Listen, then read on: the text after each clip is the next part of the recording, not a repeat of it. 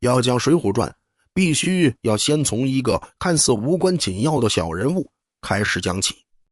这个人叫高俅，东京汴梁人，排行第2，所以最初人们都叫他高二。这是一个典型的北宋末年城市游民，他不是生产，不学无术，却有着一身无用之用的本事，吹弹歌舞，自枪使棒，相扑玩耍，他样样都能来2下。最厉害的是他踢的一脚好球，因为球踢得好，人们干脆叫他高俅。后来他发迹了，才把那个带毛的球字改成了立人旁的球。这一字之改，恰恰是北宋末年社会风气的绝妙写照。一个原本不入流的玩物，只要攀上了高枝，就能摇身一变，成为人上人。高俅的发迹史简直就是一部荒诞的官场现形记。他原本在东京城里帮闲，因为带坏了一个生铁王员外的儿子，被人家父亲告到开封府，打了40几仗，赶出了东京城。而后他在淮西流浪了3年，赶上哲宗皇帝大赦天下，才得以返回东京。回到东京后，高俅像个皮球一样被人踢来踢去。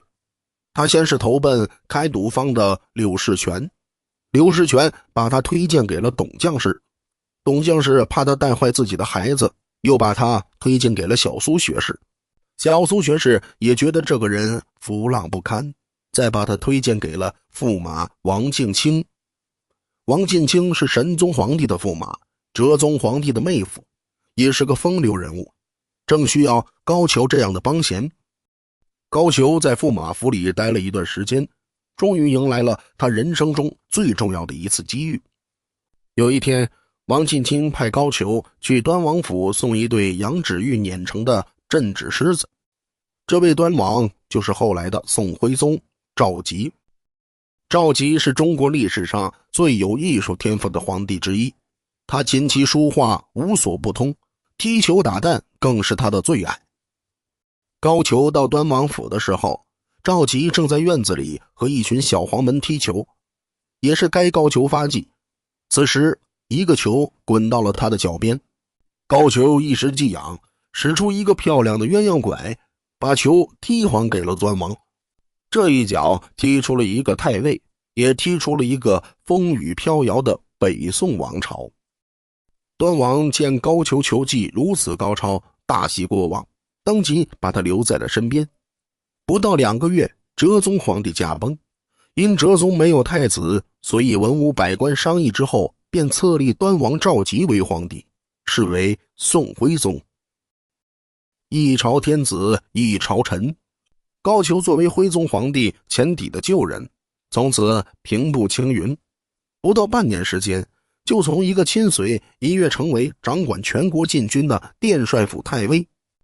一个没有任何军功，没有任何政绩，甚至连基本的道德品质都不具备的泼皮，仅仅是因为球踢得好，就当上了国家最高军事长官。这件事本身就已经宣告了北宋王朝的末日。高俅上任的第1天就开始公报私仇，他点名的时候发现80万禁军教头王进没来。原来当年高俅还在街头混的时候，曾经跟王进的父亲王生学过使棒，被王生一棒打翻，3、4个月起不了床。如今高俅当了太尉，第一件事就是要报这个仇。王进是个明白人，他知道不怕官只怕管的道理，在高俅手下做事迟早是个死啊。于是当天夜里，他带着年迈的母亲偷偷离开了东京，投奔延安府的老种侵略相公去了。王进的逃亡是《水浒传》中第一个逼上梁山的故事，虽然他最终没有上梁山，但他却为梁山播下了第一颗火种。接下来王进母子一路逃到了华阴县史家村，在史太公庄上借宿。史太公有个儿子名叫史进，年方18、19岁，身上刺着一身青龙，所以人称九纹龙。史进从小不务农业，只爱刺枪使棒，先后拜了7、8个师傅，都只是些花拳绣腿。王进看了史进练棒，忍不住说了一句：“这棒也使得好了，只是有破绽，赢不得真好汉。”史进年轻气盛，哪里听得进这话，当即就要和王进比试，结果只一合就被王进打翻在地。史进这才知道遇到了高人，当即拜王进为师。于是在王进的悉心教导下，史进的武艺突飞猛进，半年之内就把18般武艺都学得精熟。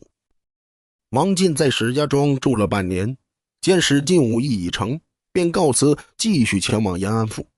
史进苦留不住，只得备了厚礼送师傅上路。王进走后，史进成了史家庄的庄主。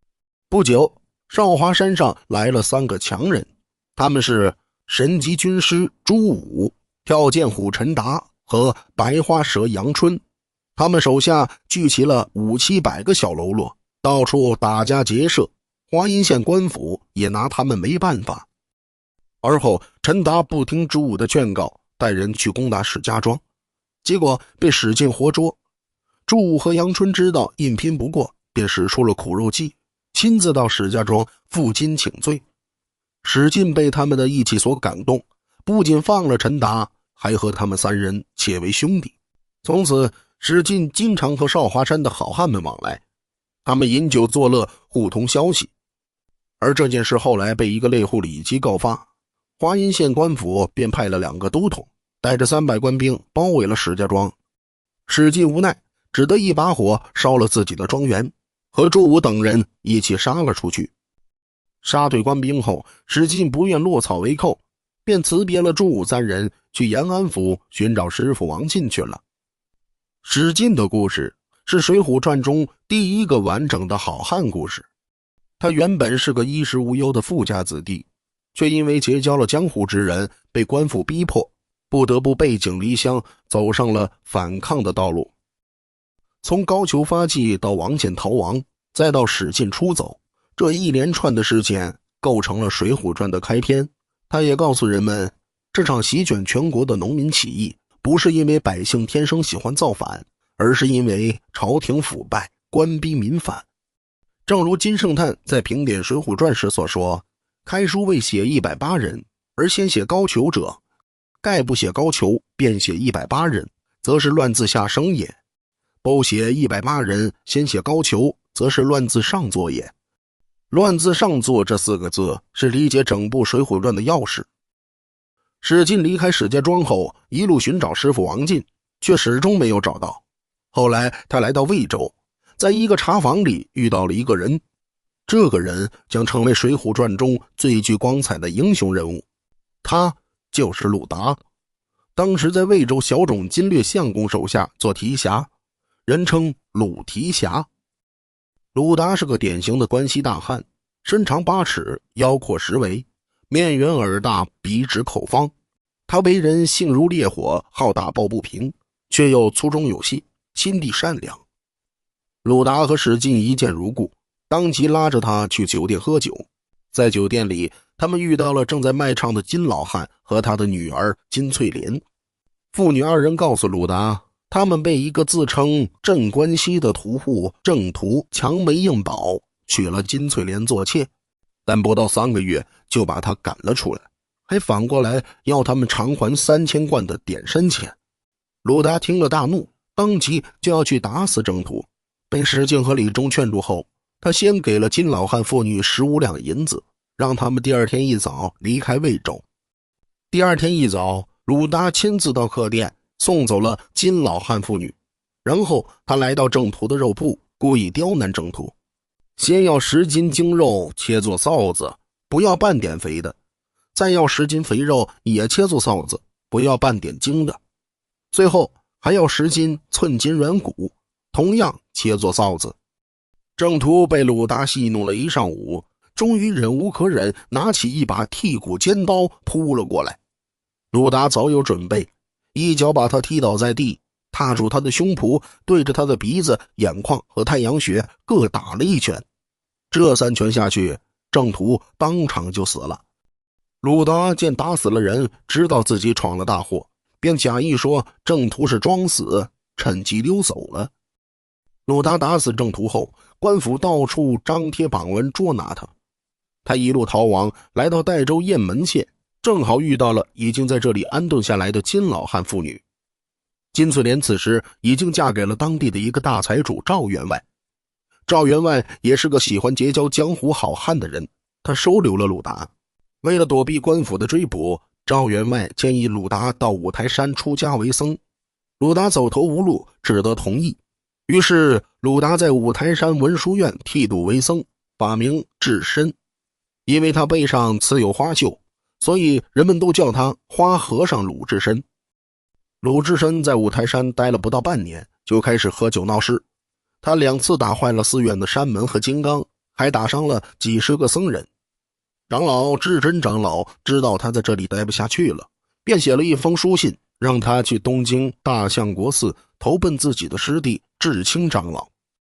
鲁智深离开五台山后，一路上又做了几件惊天动地的大事。他在桃花村痛打了强娶民女的小霸王周通，在瓦官寺杀死了霸占寺院残害僧人的生铁活崔道成和飞天夜叉邱小乙。几经周折，鲁智深终于来到了东京大相国寺。智兴长老不想让他在寺里惹事，便派他去看管寺院后面的菜园子。这个菜园子附近住着20-30个婆皮，他们经常来菜园里偷菜，以前的几个看园人都管不了他们。他们见新来的和尚是个胖大和尚，便想给他一个下马威。结果鲁智深把为首的2个泼皮踢进了粪窖，吓得其他泼皮都跪地求饶。有一天，鲁智深正在和泼皮们喝酒，嫌树上的乌鸦叫得心烦，便走到那棵大柳树下，把腰一抻，双手抱住树干，用力一拔，竟然把那棵碗口粗的大柳树连根拔了起来。众泼皮见了都拜倒在地，称赞鲁智深是真罗汉。第二天，众泼皮又凑钱买了酒肉，请鲁智深喝酒。鲁智深喝得高兴，便拿出自己的62斤水磨冰铁禅杖，在院子里舞了起来。正在这时，墙外一个官人看见，喝彩道：“这禅杖使得真好。”鲁智深收住了手，抬头一看，只见那个官人抱头环眼，烟汗虎须，8尺长短身材，34-35年纪。这个人就是80万禁军教头豹子头林冲。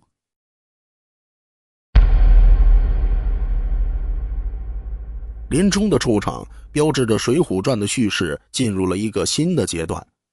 如果说鲁智深的故事是路见不平拔刀相助的侠义精神的体现，那么林冲的故事则是官逼民反这一主题最深刻的诠释。林冲原本是东京80万禁军枪棒教头，有一个美丽贤惠的妻子，生活的美满且幸福。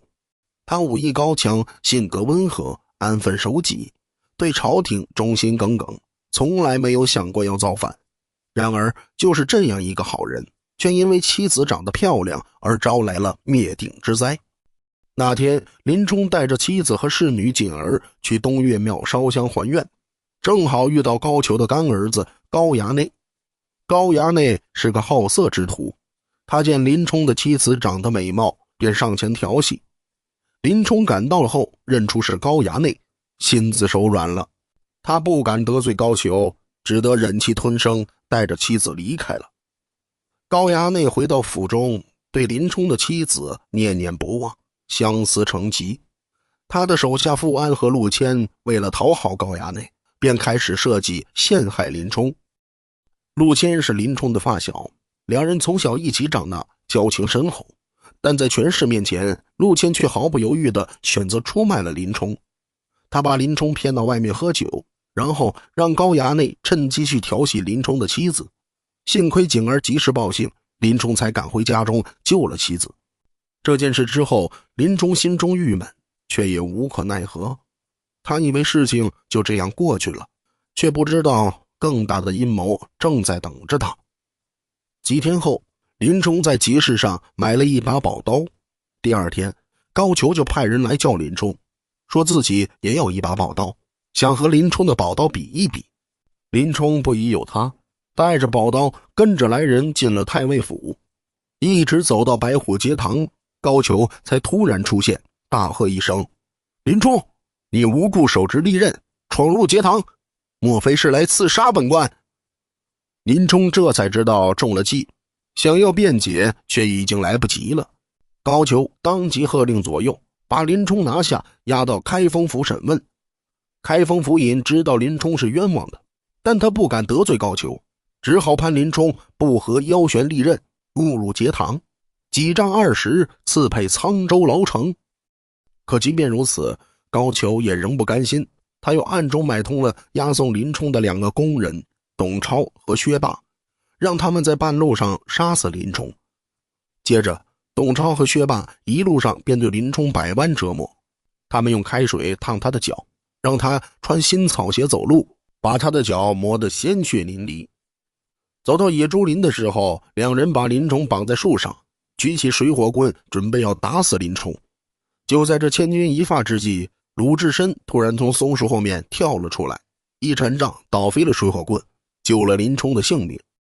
原来鲁智深自从和林冲结为兄弟后，就一直放心不下他，一路暗中跟随保护。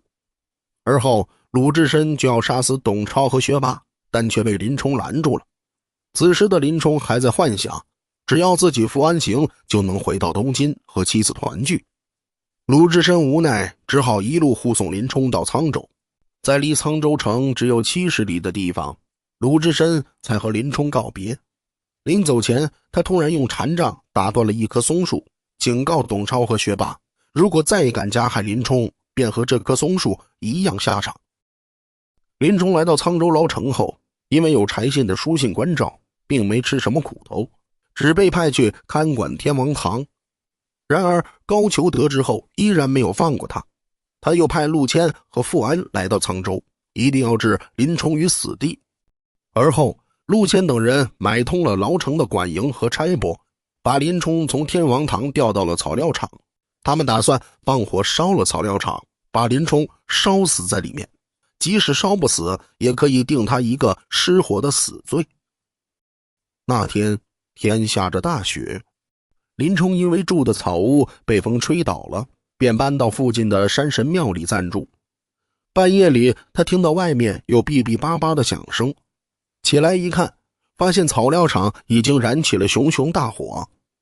林冲正要开门出去救火，却听到山神庙外面有人说话，原来是陆谦、富安和差拨3人。他们放完火后就来到了山神庙里避雪，正在得意洋洋地谈论如何害死林冲。林冲在门内听得清清楚楚，他再也忍不住了，他一脚踹开庙门，挺着花枪冲了出去。仇人见面，分外眼红。林冲一枪先刺倒了差拨，又一枪刺死了富安。陆谦吓得魂飞魄散，转身就跑。林冲赶上去，一把揪住他，把他按在雪地里，用刀剜出了他的心肝。杀了3人之后，林冲在雪地里走了一夜。他知道自己再也回不去了。那个安分守己的80万禁军教头林冲已经死在了草料场的大火里，活下来的是一个被逼上梁山的好汉。林冲雪夜上梁山是《水浒传》中最经典的场景之一。漫天的大雪不仅掩盖了地上的血迹，也掩盖了林冲心中最后一点对朝廷的幻想。林冲来到梁山后，当时梁山的寨主是白衣秀士王伦。王伦是个落地秀才，他心胸狭窄，嫉贤妒能，见林冲武艺高强，怕他日后夺了自己的位置，便百般刁难，不肯收留他。接着王伦让林冲去山下杀一个人，拿头来做投名状，否则就要赶他走。林冲无奈，只好在山下等了3天。而就在第3天，他遇到了青面兽杨志。杨志是杨家将的后代，武艺高强，一心想做官，封其印子，光宗耀祖。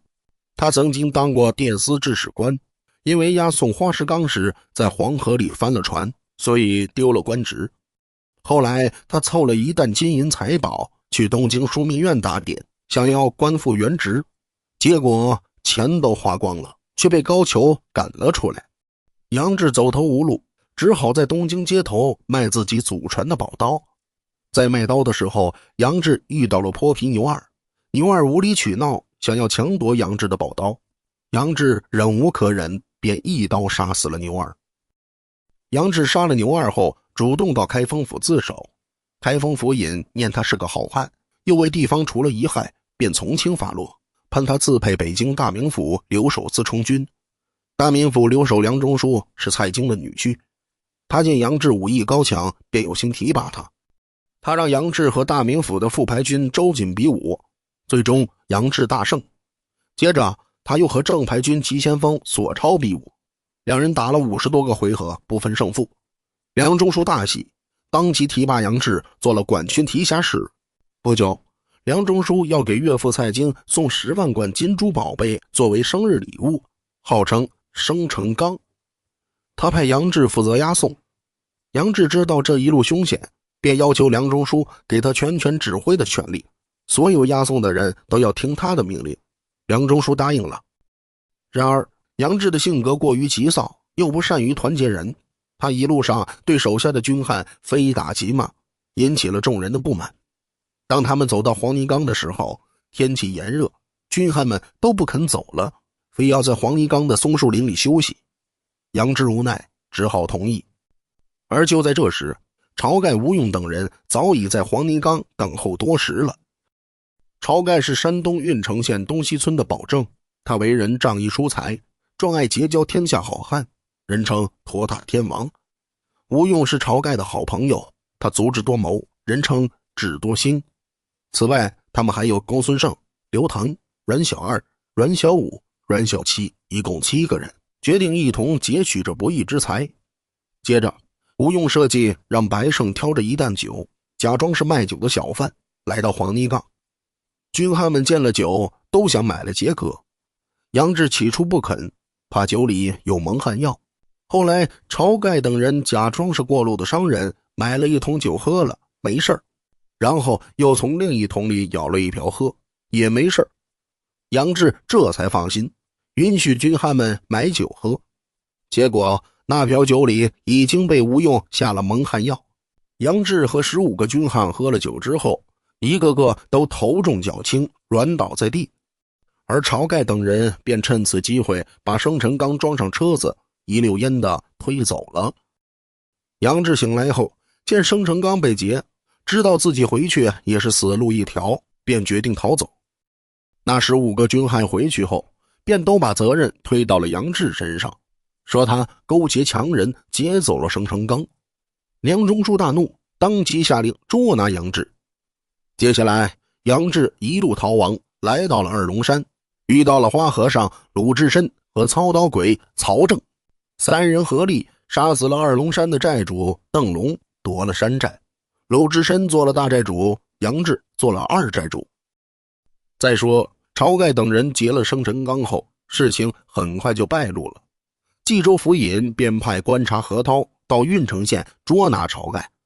郓城县有个押司，姓宋名江，字公明，人称及时雨。他为人仗义疏财，好结交江湖好汉，在山东、河北一带很有名望。宋江见到何涛后，知道了事情的原委，他大吃一惊，当即稳住何涛，自己飞马赶到东西村给晁盖报信。晁盖得到消息后，急忙和吴用、公孙胜、刘唐及阮氏3雄一起放火烧了自己的庄院，投奔梁山坡去了。王伦见晁盖等人来了，还是和当初对待林冲一样，百般刁难，不肯收留。而吴用在此时看出了林冲对王伦的不满，便用计激怒林冲。林冲果然大怒，在酒席上大骂王伦心胸狭窄，不配做梁山寨主。他一把揪住王伦，一刀杀死了他。杀了王伦之后，众人推举晁盖做了梁山的新寨主。从此梁山之夜进入了一个新的局面。晁盖等人在梁山站稳脚跟后，没有忘记宋江的救命之恩，他们派刘唐带着100两黄金去到郓城县感谢宋江。宋江不肯接受黄金，只写了一封回信让刘唐带回去。然而这件事却被宋江的外室阎婆惜知道了。阎婆惜是个水性杨花的女人，她和宋江的同事张文远私通，她拿到了宋江和梁山来往的书信，便以此要挟宋江，要宋江答应他3个条件：一是写休书任他改嫁张文远；二是宋江身上的所有东西都归他；三是要宋江把梁山送来的100两黄金都给他。宋江答应了前2个条件，但是他确实没有拿那100两黄金。阎婆惜不信，非要宋江立刻拿出来，否则就要去官府告发。宋江急了，便要拿走书信。而就在2人争夺之时，宋江失手杀死了阎婆惜。宋江自知无法补救，便逃离了郓城县。他先投奔了沧州的柴进，在柴进庄上遇到了正在发疟疾的武松。武松是清河县人，排行第2，所以人称武二郎。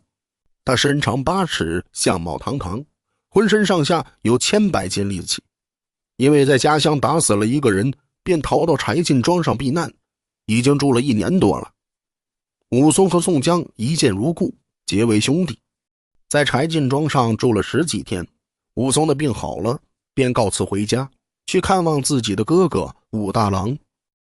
武松离开柴进庄后，一路往清河县走去。走到阳谷县景阳冈时，在山下的酒店里喝了18碗酒。酒店主人告诉他，景阳冈上有老虎，已经伤了20-30条人命，官府规定必须结伙在白天过岗。武松不信，以为是店家想留他住宿，便趁着酒兴独自上了冈。走到半山腰，看到官府的榜文，才知道真的有老虎。他想要回去，又怕被店家笑话，便硬着头皮继续往前走。走到山顶，天色已经黑了。武松酒力发作，正躺在一块大青石上准备睡觉。突然一阵狂风刮过，从树林里跳出一只吊金白额大虎来。那大虎又饥又渴，对着武松就是一扑一掀一剪。武松身手敏捷，3招都躲了过去。那大虎3招不中，气性先自没了一半。武松趁机举起哨棒，对着大虎劈头打去，却打在了枯树上，把哨棒折成了2截。那大虎翻身又扑过来，武松顺势把他的顶花皮揪住，按在地上，用脚对着他的面门和眼睛乱踢。那大虎咆哮起来，把身底下扒起2堆黄泥，做了一个土坑。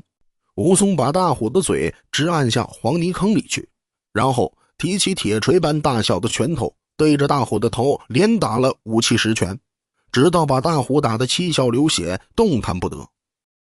武松打死了老虎，为阳谷县除了一害。阳谷县知县见武松武艺高强，为人正直，便任命他做了阳谷县的都头。武松在阳谷县做了都头后，正好遇到了搬到阳谷县来的哥哥武大郎。兄弟2人相见，十分欢喜。武大郎是个身材矮小、相貌丑陋的人，人称3寸丁骨树皮。他的妻子潘金莲却是个貌美如花的女人。潘金莲原本是清河县一个大户人家的使女，因为不肯依从主人的调戏，被主人记恨，便倒赔了一些嫁妆，把她嫁给了武大郎。潘金莲嫁给武大郎后，心里一直很不平衡。她见武松身材高大，相貌堂堂，又是打虎英雄，便心生爱慕，多次勾引武松。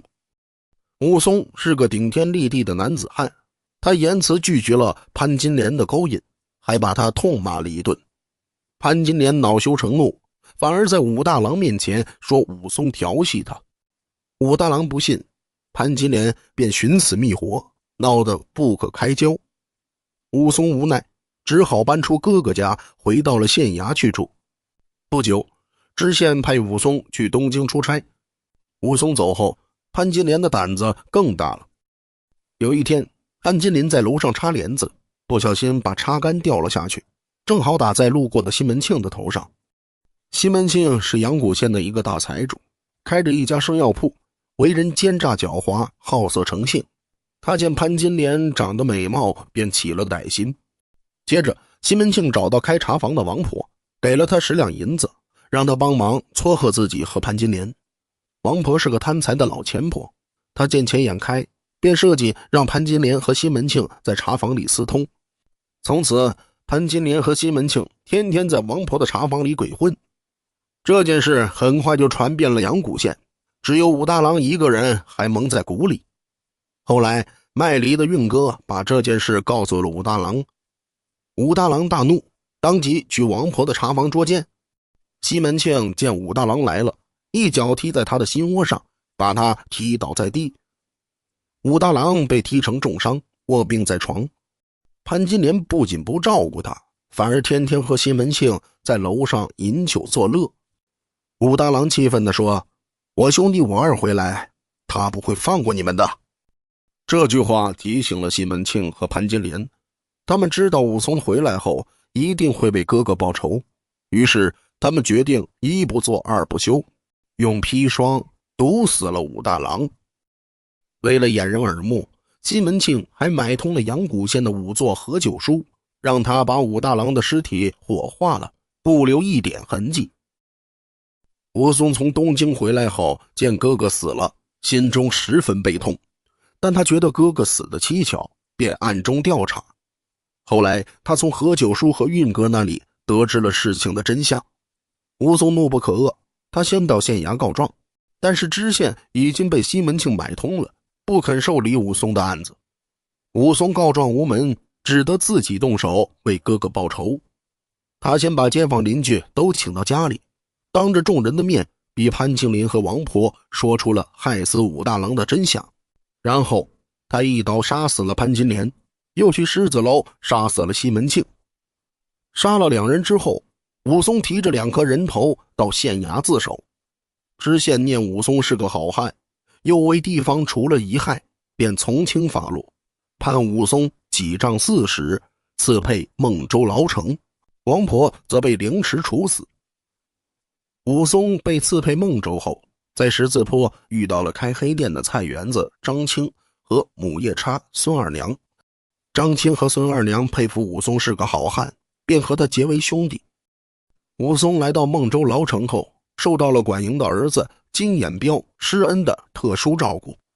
原来施恩在孟州东门快活林开了一家酒店，生意很好，后来被一个叫蒋门神的恶霸抢走了。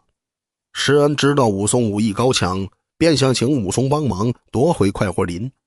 武松答应了施恩的请求，他喝了几十万酒，来到快活林，借着酒劲痛打了蒋门神，把酒店还给了施恩。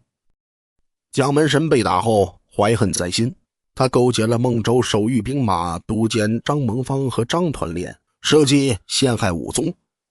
张蒙方把武松请到自己府里，假意重用他，还说要把自己的丫鬟玉兰许配给他。武松信以为真，对张蒙方感激涕零。中秋节那天晚上，张蒙方派人喊武松到后堂，说有要事相商。武松刚走到后堂，就被一群军汉拿下，说他是小偷，在他的箱子里搜出了许多金银器皿。武松百口莫辩，被押到孟州府审问。知府已经被张蒙方买通了，便判武松几杖20，赐配恩州牢城。张蒙方和蒋门神还不甘心，他们买通了押送武松的2个工人，又派了蒋门神的2个徒弟在飞云浦埋伏，要杀死武松。但武松却在飞云浦带着枷锁，赤手空拳杀死了4个杀手。杀了4人之后，武松知道自己再也没有活路了。他折回孟州城，来到张都监府，在鸳鸯楼杀死了张蒙方、张团练和蒋门神，还有张都监府里的男女老少15口人。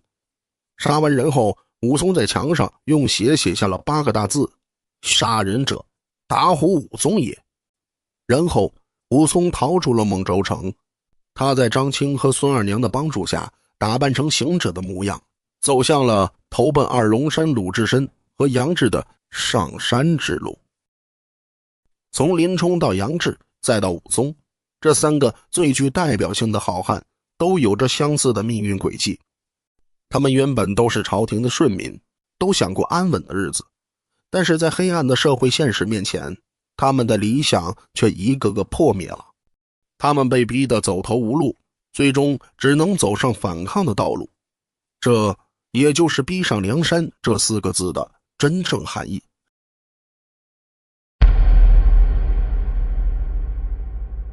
宋江杀了阎婆惜后，逃离了郓城县。他先投奔了沧州的柴进，在柴进庄上住了半年多，后来又投奔了清风寨的小李广、花荣。花荣是清风寨的五支寨，和宋江是多年的好朋友。他见宋江来了，十分高兴，把他留在寨里，好酒好肉招待。清风寨的文支寨刘高是个贪赃枉法的小人，他的妻子曾经被清风山的好汉矮脚虎王英堵上山，后来被宋江救了下来。但是这个女人不仅不感恩，反而恩将仇报。元宵节那天，宋江在清风镇上看灯，被刘高的妻子认了出来。他告诉刘高，宋江是清风山的强盗头子。刘高大喜，当即派人把宋江抓了起来，打得皮开肉绽。花荣得知宋江被抓，大怒，当即带人打进了清风寨，救出了宋江。刘高吓得魂飞魄散，逃到了青州府，向知府慕容彦达告状。慕容彦达派都监镇三山黄信带着500官兵去清风寨捉拿花荣和宋江。黄信和刘高设计假意请花荣到清风寨赴宴，在酒席上把花荣拿下，而后黄信邀着宋江和花荣往青州府去。走到半路，突被清风山的好汉燕顺、王英、郑天寿拦住，劫走了宋江和花荣。黄信便只能独自一人逃回了青州。慕容彦达见黄信败了，便又派青州兵马统治霹雳火秦明，带着1000人马去攻打清风山。秦明是个性格暴躁、有勇无谋的人，他和花荣大战了50多个回合，不分胜负。最后花荣用计把秦明引到一个山谷里，活捉了他。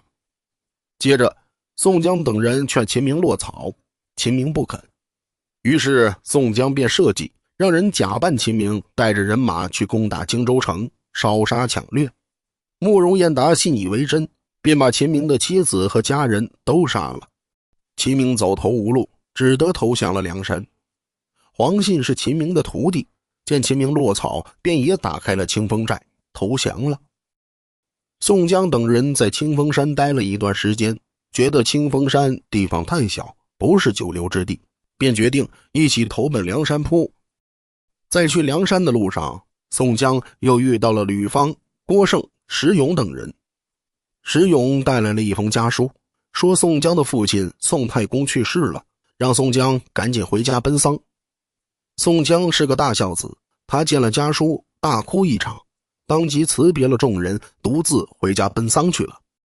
原来这是宋太公的计策，他怕宋江落草为寇，辱没了家门，便谎称自己死了，骗宋江回家。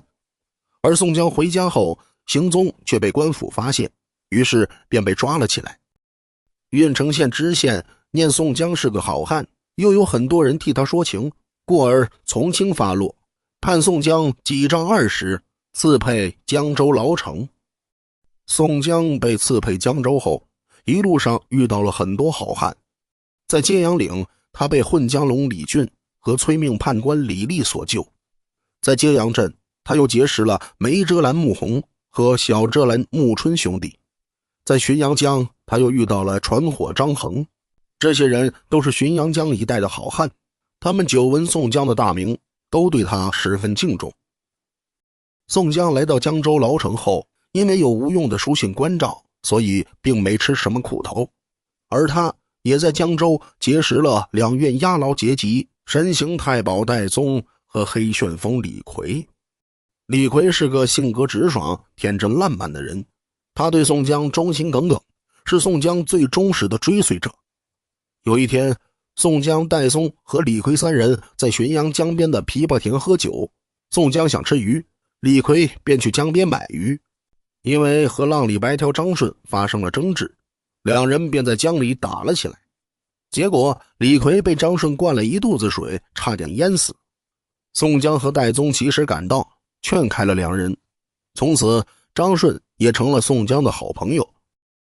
宋江在江州的日子过得很惬意，他每天都和戴宗、李逵等人喝酒游玩。然而他的心中却一直很郁闷，他觉得自己空有一身抱负，却报国无门，反而成了一个阶下囚。有一天，宋江独自一人来到浔阳楼喝酒，酒过三巡，他触景生情，感慨万千，便在墙上题了一首《西江月》和4句诗，其中最后一句是他时若遂凌云志，敢笑黄巢不丈夫。这件事很快就被江州城里的一个闲汉黄文炳发现了。黄文炳是个阿谀奉承、一心想往上爬的小人，他见了宋江的诗如获至宝，当即抄了下来，去到江州知府蔡九那里告发。蔡九是蔡京的儿子，他见了诗大惊失色，当即派戴宗去捉拿宋江。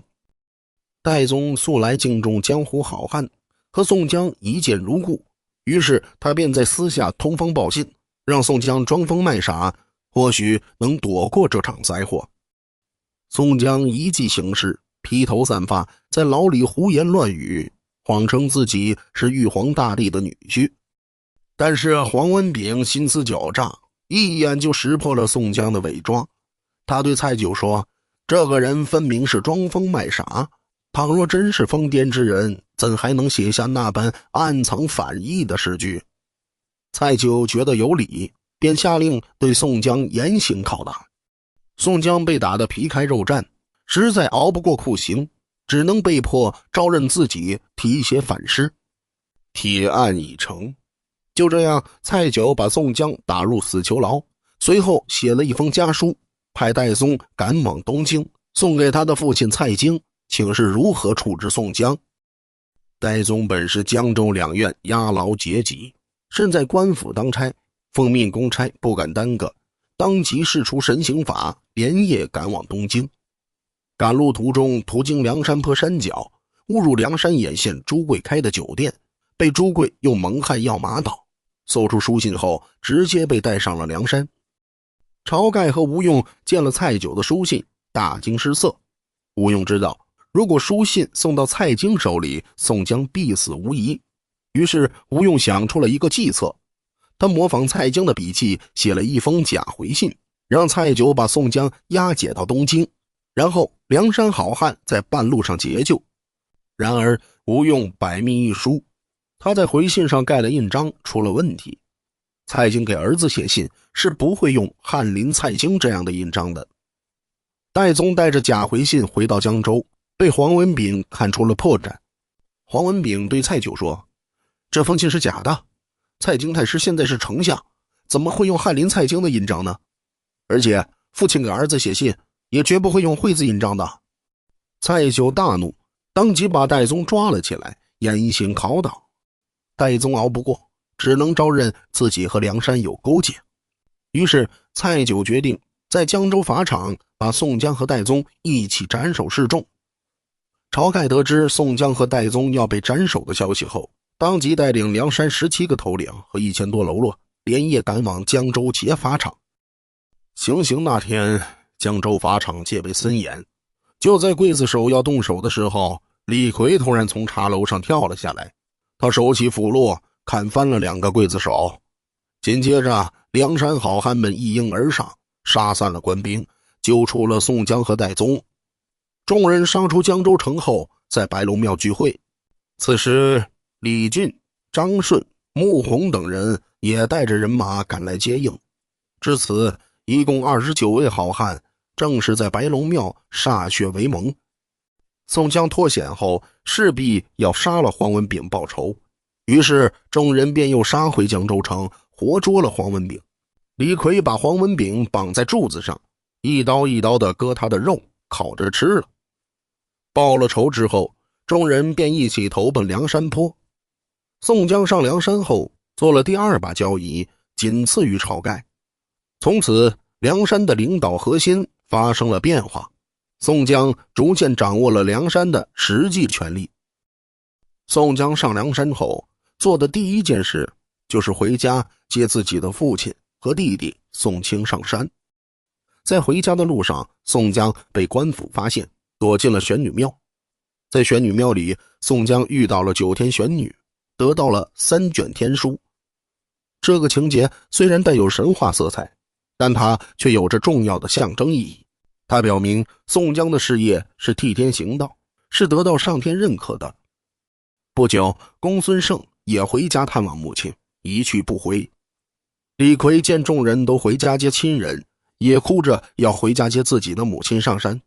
宋江答应了，但要求他不许喝酒，不许惹事，快去快回。李逵回到家后，便背起母亲往梁山赶去。走到夷岭的时候，母亲口渴，李逵便去给母亲找水。等他回来的时候，发现母亲已经被老虎吃了。李逵悲痛欲绝，一口气杀死了4只老虎。接着他在下山的时候被李鬼的妻子认出，被官府抓住。而后幸亏朱贵、朱父兄弟设计，才救了李逵。李逵回到梁山后，众人都为他的母亲感到难过，只有宋江哈哈大笑，说：“被你杀了4个猛虎，今日山寨里又添了2个虎虎，正宜作庆。”这句话暴露了宋江性格中冷酷无情的一面。在他看来，李逵母亲的死远不如朱贵、朱父上山重要。接下来的几年是梁山事业发展最快的黄金时期。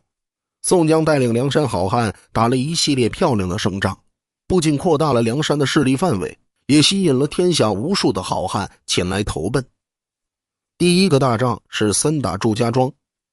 祝家庄是一个位于梁山坡附近的大庄园，庄主祝朝奉有3个儿子，号称祝氏3杰，还有一个教师栾廷玉，武艺高强。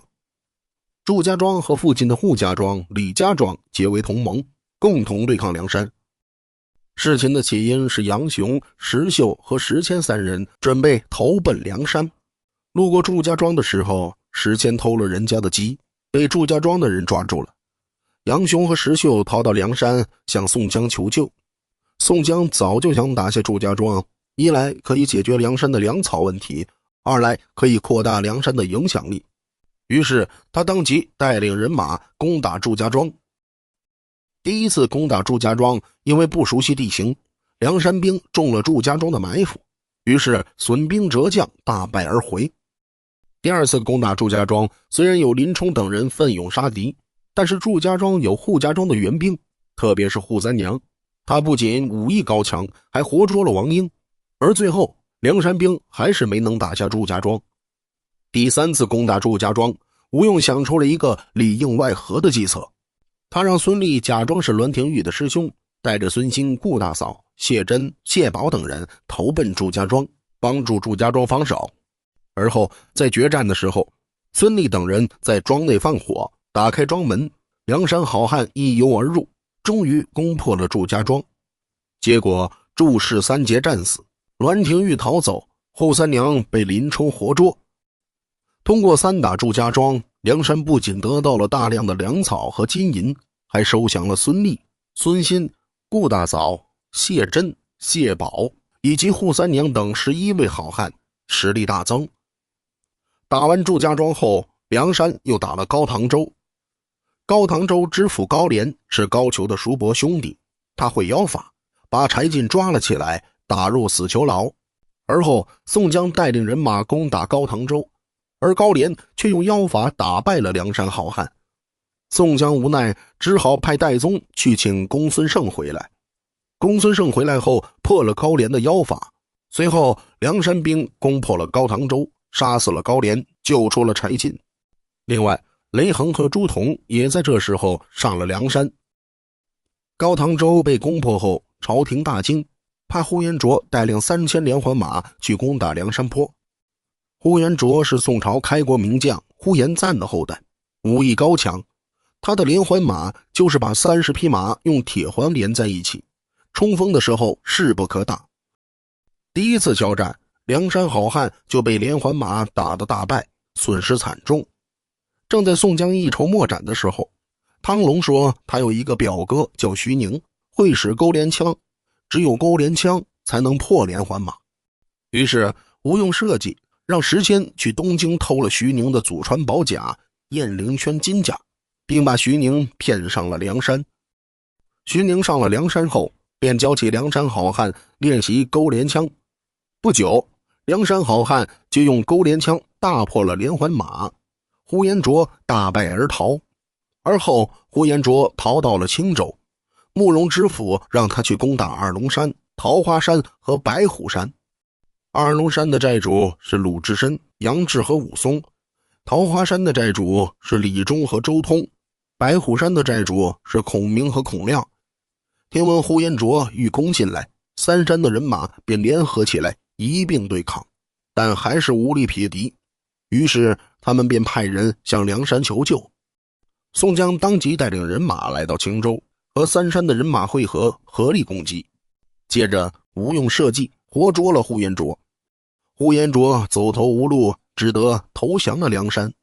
而后梁山好汉又攻破了青州城，杀死了慕容知府。此时鲁智深、杨志、武松、李忠、周通、孔明、孔亮等人也都带着自己的人马投奔了梁山。这就是三山聚义打青州。这次战役，梁山又收降了13位好汉，实力进一步壮大。打完青州后，梁山又大闹西岳华山，救出了被华州知府贺太守抓起来的史进和鲁智深。而上华山的朱武、陈达、杨春等人也都上了梁山。至此，梁山已经拥有了几十位头领、几万大军，成为了朝廷真正的心腹大患。在梁山事业蒸蒸日上的同时，宋江和晁盖之间的矛盾也越来越深。晁盖是个真正的草莽英雄，他主张和朝廷对抗到底，反对招安。而宋江则是一心想招安，想为朝廷效力。两人的政治理念不同，所以必然会产生冲突。而这种冲突在攻打曾头市的时候达到了顶点。曾头市是一个位于山东河北交界处的大市镇，有5-7千户人家。曾头市的主人是曾长者，他有5个儿子，号称曾家五虎，还有一个教师史文恭，武艺高强。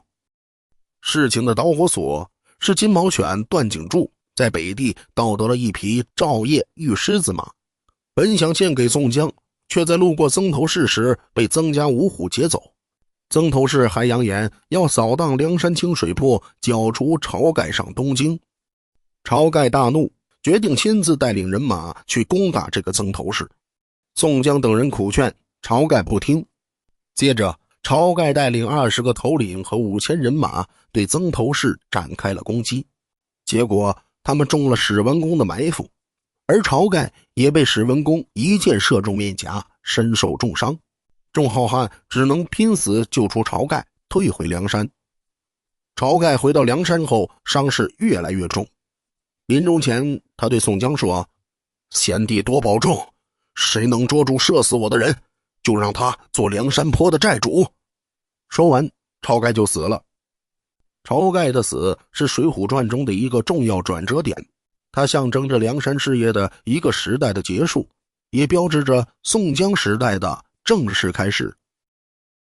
晁盖死后，宋江暂时坐上了梁山的第一把交椅，他把聚义厅改成了忠义堂，明确提出了替天行道的口号。然后宋江开始筹划攻打曾头市，为晁盖报仇。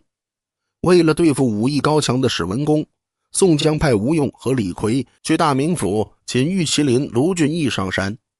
卢俊义是大名府的一个大才处，他武艺高强，棍棒天下无双。而吴用通过设计让卢俊义在自己家里题了一首反诗。事实上，卢俊义的妻子贾氏和他的管家李固长期私通，他们正巧拿着这首反诗去大名府告发了卢俊义。接着卢俊义被打入了死囚牢。大名府知府梁中书派董超和薛霸押送卢俊义去沙门岛，让他们在半路上杀死卢俊义。结果卢俊义被浪子燕青所救。燕青是卢俊义的家仆，对卢俊义忠心耿耿。然而卢俊义很快又被官府抓住了。梁中书决定把卢俊义斩首示众。宋江得知消息后，当即带领梁山人马攻打大名府。而此时朝廷派出了三国关羽的后代大刀关胜，让他去领兵攻打梁山泊，行围魏救赵之计，迫使宋江从大名府撤军。关胜武艺高强，一度连败梁山数将。宋江爱惜其才，便设计将其活捉至梁山。关胜深感宋江义气，最终投降梁山。随后朝廷又派急先锋索超救援大名府，不过索超也被梁山活捉并投降。梁山好汉攻打大名府，打了好几个月，终于攻破，并救出了卢俊义。而李固和贾氏也被卢俊义杀死。卢俊义上梁山后，梁山全军出动，开始攻打曾头市。吴用设下十面埋伏之计，大破曾头市，曾家五虎全部战死。史文恭单骑突围，被卢俊义活捉。历经如此大捷之后，宋江再次假意将寨主之位让给卢俊义，但众好汉强烈反对。李逵更是大叫：我在江州舍身听命跟你来，众人都让你一步，我天也不怕，你只管让来让去做什么？我便杀将起来，各自散伙。见此情此景，卢俊义也坚决推辞。于是宋江与卢俊义约定，两人各带一支人马，分别攻打东平府和东昌府，谁先攻破城池，谁就做梁山坡主。结果宋江率先攻破了东平府，收降了双枪将巩平。卢俊义攻打东昌府，却遇到了梅雨见张青。张青善用飞石打人，百发百中，一连打伤了梁山15员大将。张青手下还有2员副将，花将虎公望和重剑虎丁德孙，他们分别会使飞枪和飞叉。在战斗中，公望被林冲和花荣活捉，丁德孙被吕方和郭盛活捉。后来他们都投降了梁山。接下来吴用设计活捉了张青，张青也投降了梁山。至此，宋江终于名正言顺地坐上了梁山的第一把交椅。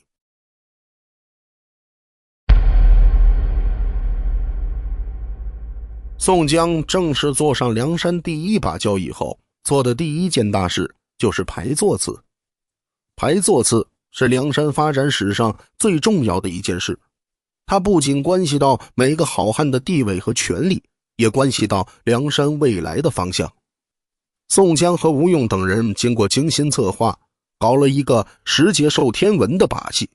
他们在梁山的地下埋了一块石碣，上面刻着100单八将的名字和星号，然后他们假装是上天降下的石碣，以此来确定座次。这个把戏虽然很拙劣，但却很有效。他把座次的确定说成是上天的安排，让所有的好汉都无话可说。根据石碣上的文字，100单八将分为36员天罡星和72员地煞星，其中36员天罡星是天魁星及时雨宋江，天罡星玉麒麟卢俊义，天机星智多星吴用，天贤星入云龙公孙胜，天勇星大刀关胜，天雄星豹子头林冲，天猛星霹雳火秦明，天威星双鞭呼延灼，天鹰星小李广花荣，天贵星小旋风柴进，天府星扑天雕李应，天满星美髯公朱仝，天孤星花和尚鲁智深，天商星行者武松，天力星双枪将董平，天劫星梅雨见张青，天暗星青面兽杨志，天佑星金枪手徐宁，天空星急先锋索超，天宿星神行太保戴宗，天翼星赤发鬼刘唐，天杀星黑旋风李逵，天威星九纹龙史进，天究星梅遮拦穆弘，天退星歘赤虎雷横，天寿星混江龙李俊，天剑星立地太岁阮小二，天镜星传火张衡，天罪星短命二郎阮小五，天损星浪里白条张顺，天败星活阎罗阮小七，天牢星病关左杨雄，天彗星拼命三郎石秀，天豹星两头蛇谢真，天哭星双尾蝎谢宝，天巧星浪子燕青。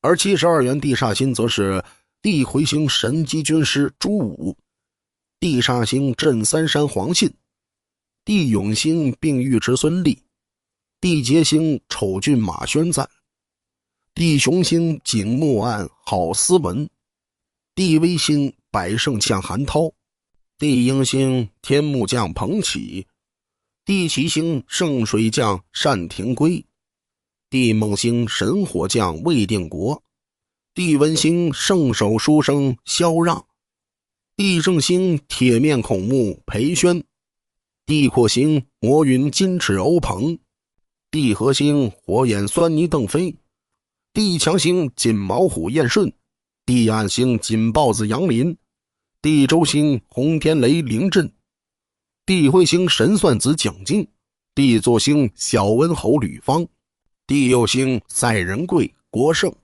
地灵星神医安道全，地寿星子然伯黄甫端，地威星矮脚虎王英，地彗星仪丈卿扈三娘，地宝星丧门神鲍旭，地燃星混世魔王樊瑞，地昌星毛头星孔明，地黄星毒火星孔亮，地飞星八臂哪吒相冲，地走星飞天大圣李衮，地巧星玉臂将金大坚，地明星铁笛仙马林，地进星出动焦同威，地退星翻江慎同猛，地满星玉翻干孟康，地岁星通臂猿侯健，地周星跳涧虎陈达，地隐星白花蛇杨春，地义星白面郎君郑天寿，地理星九尾龟陶宗旺，地俊星铁扇子宋清，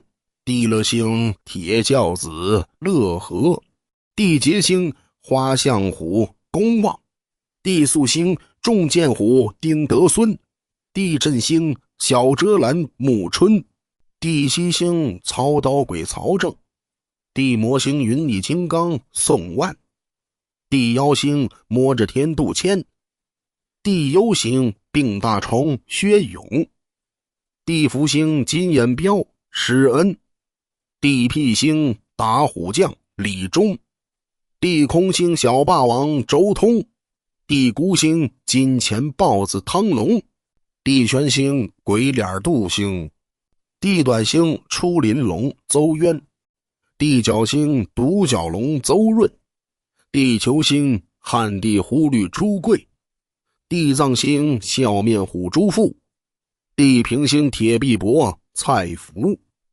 地损星一枝花蔡庆，地奴星催命判官李立，地察星青眼虎李云，地恶星没面目焦挺，地丑星石将军石勇，地属星小尉迟孙新，地阴星母大虫顾大嫂，地行星菜园子张星，地壮星母夜叉孙二娘，地略星火闪婆王定六，地剑星显道神玉宝寺，地浩星白日属白胜，地贼星古上早时迁，地狗星金毛犬段景柱。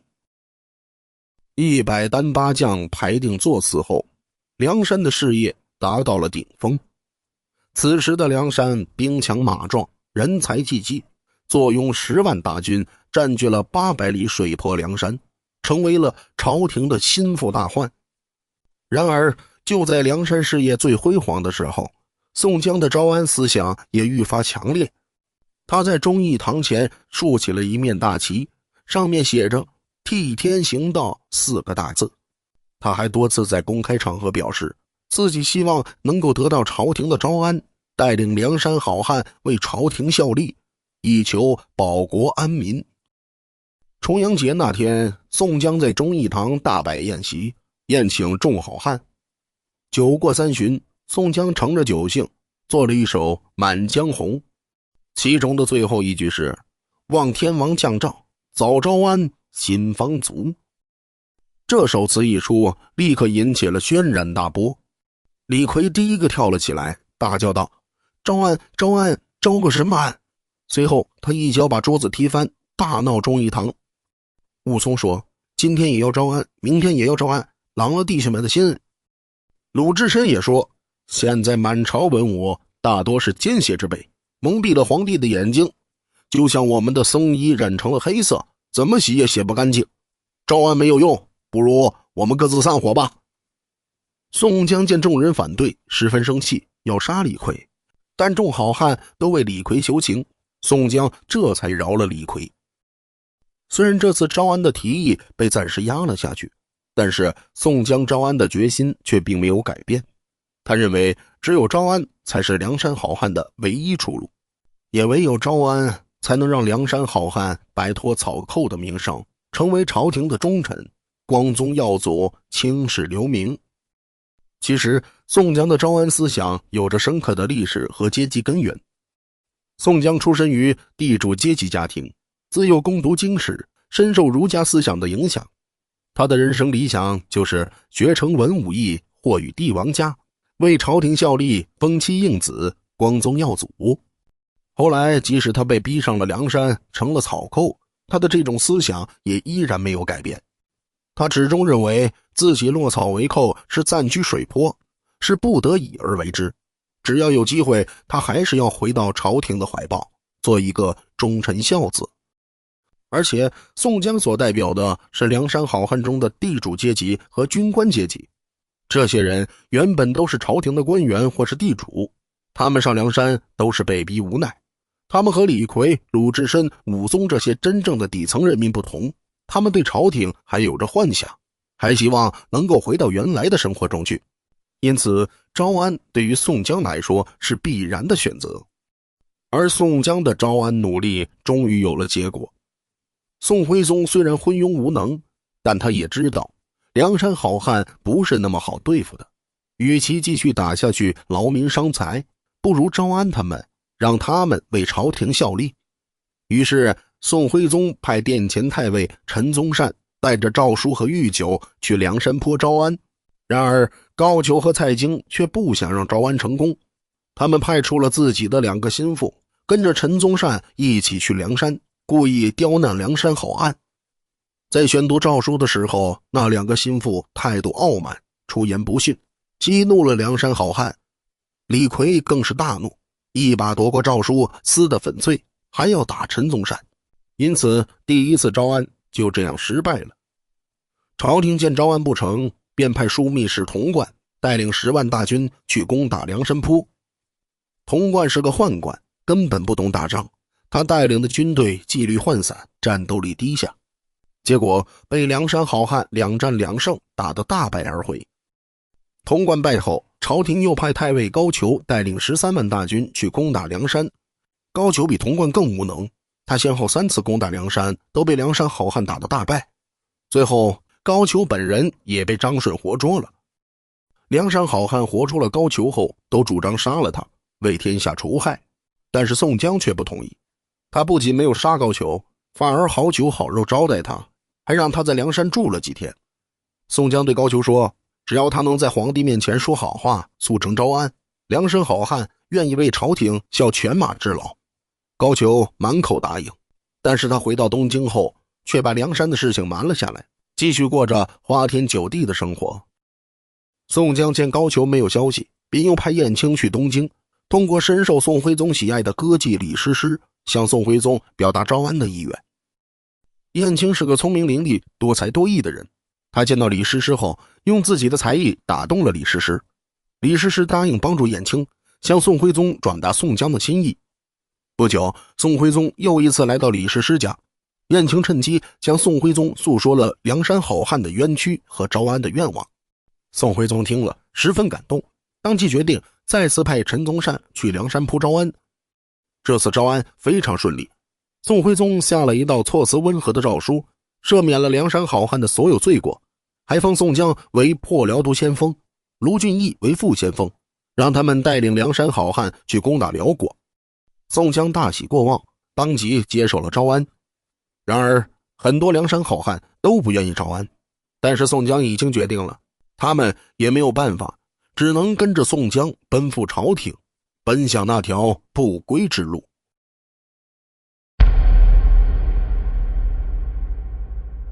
招安之后，梁山好汉们被朝廷派去攻打辽国，他们作战英勇，屡立战功，很快就收复了被辽国占领的所有州县。辽国被迫向宋朝求和。平定辽国后，入云龙公孙胜遵照师傅罗真人逢幽而止，语变而还的法制，向宋江辞别，回了冀州二仙山出家学道。他是第一个主动离开梁山的核心头领，也预示了梁山分崩离析的结局。攻打辽国胜利后，梁山好汉们本以为可以得到朝廷的封赏，过上安稳的日子，但是他们没有想到，更大的灾难正在悄然逼近。朝廷根本就不信任梁山好汉，他们把梁山好汉当成了一把刀，用完了就想扔掉。于是朝廷又派梁山好汉去攻打方腊。方腊是江南农民起义的领袖，他领导的起义军占据了江南8州25县，势力非常强大。攻打方腊的战争是梁山好汉们经历过的最残酷、最惨烈的战争。在这场战争中，梁山好汉们死伤惨重。杨志在丹徒县病故，张顺在永金门被乱箭射死，谢珍、谢宝在乌龙岭被乱箭射死，史进、石秀、陈达、杨春、李忠和薛勇在玉岭关同样被乱箭射死。秦明在清溪县被方杰杀死，董平、张清在独松关战死。武松在攻打睦州时，被方腊手下的包道乙用玄天混元剑砍断了左臂。而鲁智深在乌龙岭一战中一禅杖打翻了方腊，立下了平定方腊的第一功。最终等到平定方腊班师回朝的时候，100单8将中，除去战死的59人，病故的10人，作画1人，出家1人和提前离开的3人，最终跟随宋江回京受封的只剩下了27人。这27人是宋江、卢俊义、吴用、关胜、呼延灼、花荣、柴进、李应、朱仝、戴宗、李逵、阮小七、朱武、黄信、孙立、樊瑞、凌震、裴宣、蒋敬、杜兴、宋清、邹润、蔡庆、杨林、穆春、孙新、顾大嫂。还有在班师回朝的途中，行至杭州六合寺时，发生了3件改变许多人命运的事儿。第一件是鲁智深听到钱塘江潮信，想起师父智真长老逢夏而勤，遇腊而直，听潮而圆，见信而记的寄语之后，大彻大悟。他沐浴更衣，焚香打坐，安然塑化圆寂，是全书中唯一修成正果的好汉。第二件是武松不愿回京受封，他对宋江说：“小弟今已残疾，不愿赴京朝觐，只在六合寺中出家，足矣。”后来武松在六合寺出家，受至80善终。第三件是林冲得了风瘫，留在六合寺由武松照顾，但在半年后就去世了。与此同时，还有2位极具智慧的好汉选择了功成身退。浪子燕青看透了朝廷的险恶，他深夜私见卢俊义，苦劝他功成身退。他说：“主公，你可记得韩信、彭越和英布的下场吗？飞鸟尽，良弓藏，狡兔死，走狗烹。今日我们功成名就，但也正是抽身退步之时。”卢俊义不听，燕青便收拾了一担金珠宝贝，留下一封书信给宋江，独自离开，不知所踪。而混江龙李俊更是看透了朝廷的用心，他在班师回朝行至苏州时，假装中风，请求宋江留下童威和童猛照顾自己。宋江怕耽误刑期，只好留下李俊几人自率大军回京朝觐。宋江走后，李俊等人打造船只出海远航，后来他到了暹罗国做了国王。他是所有好汉中结局最好的一个。值得一提的是，李俊是梁山好汉中少有的既有能力又有远见的人。他很早就看透了朝廷的本质，知道招安之后不会有好下场，所以他才选择了功成身退，出海另立基业。平定方腊后，剩下的20多位好汉半时回朝，宋徽宗给他们封了官。宋江被封为楚州安抚使兼兵马都总管，卢俊义被封为泸州安抚使兼兵马副总管，其他的人也都封了大小不等的官职。然而高俅和蔡京等人还是不肯放过他们，他们视梁山好汉为眼中钉肉中刺，一定要置他们于死地。他们先是设计在赐给卢俊义的御酒中加入了水银，卢俊义喝后水银坠腰，疼痛难忍，在奉命动身回泸州赴任的途中失足落入淮河而死。而后他们又在宋徽宗赐给宋江的御酒里下了毒。宋江喝了毒酒后知道自己必死无疑，他担心自己死后李逵会造反，坏了自己的忠义之名，于是他派人把李逵叫来，也让李逵喝了毒酒。李逵喝了毒酒后知道自己被宋江毒死了，他哭着说：罢了罢了，活着的时候服侍哥哥，死了也只是哥哥部下的一个小鬼。说完李逵就死了。宋江和李逵死后，吴用和花荣来到楚州南门外的了儿洼，在宋江和李逵的墓前上吊自杀了。关胜后来在大名府做官，一天喝醉了酒，从马上摔下来，得病而死。呼延灼后来在和金国的战争中战死沙场。周同后来官至太平军节度使。戴宗后来辞官不做，到泰安州的岳庙出家，最后大孝而终。阮小七后来因为穿了方腊的龙袍被人告发，削职为民。他回到梁山坡石碣村打鱼为生，寿终正寝。柴进后来辞官不做，回到沧州做了一个平民百姓，无疾而终。李应后来也辞官不做，回到了独龙岗，做了一个大财主，善终。而其他的人也都各有归宿。一场轰轰烈烈的梁山起义就这样以悲剧收场了。100单8将最终能够善终的没有几个人。水浒传的结局是令人扼腕叹息的，但是它却是真实的，是贴合历史的。在封建时代，农民起义的结局只有2种，要么被镇压，要么被招安，成为封建统治阶级改朝换代的工具。而梁山的好汉们却选择了招安的道路。他们以为招安之后就可以为朝廷效力，保国安民，实现自己的人生理想。